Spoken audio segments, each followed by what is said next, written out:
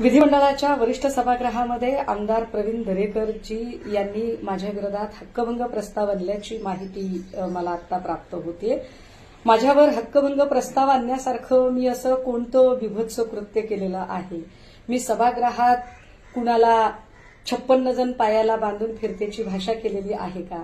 सभागृहातल्या कुठल्याही सदस्याला मी एकेरी उल्लेख केलेले आहेत का?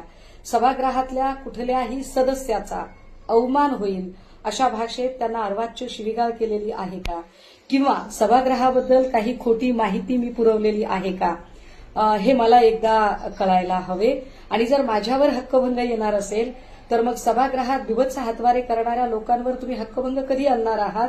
किंवा सोमनाथ सूर्यवंशी प्रकरणातला मृत्यू हा पोलिसांच्या मारहाणीने झाला हे स्पष्ट असताना सुद्धा सभागृहाला खोटी माहिती देणारे सन्माननीय मुख्यमंत्री महोदय देवेंद्र फडणवीसजी मराठा आरक्षण आंदोलनामध्ये अंतरवली सराटीत जो काही लाठी हल्ला झाला त्याबद्दल खोटी माहिती देणारे मुख्यमंत्री देवेंद्र फडणवीसजी किंवा कोकणातल्या रिफायनरी प्रकल्पामध्ये तिथल्या नागरिकांवर पोलिसांकडून झालेल्या अत्याचाराबद्दलही खोटी माहिती देणारे देवेंद्र फडणवीस यांच्यावर हक्कभंग आणणे शक्य आहे का?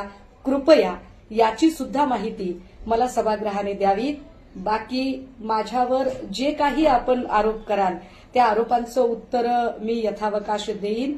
मात्र माझ्यावर जर ईडी लावता येत नाही, सीबीआय लावता येत नाही, माझं क्रिमिनल रेकॉर्ड सापडत नाही, चारित्र्यावर हल्ले करण्याचे आपले सगळे प्रयत्न निष्फळ ठरतात, तेव्हा जर एका सामान्य नागरिकाला आपण अशा पद्धतीने त्रास देण्याचा प्रयत्न करणार असाल तर हरकत नाही।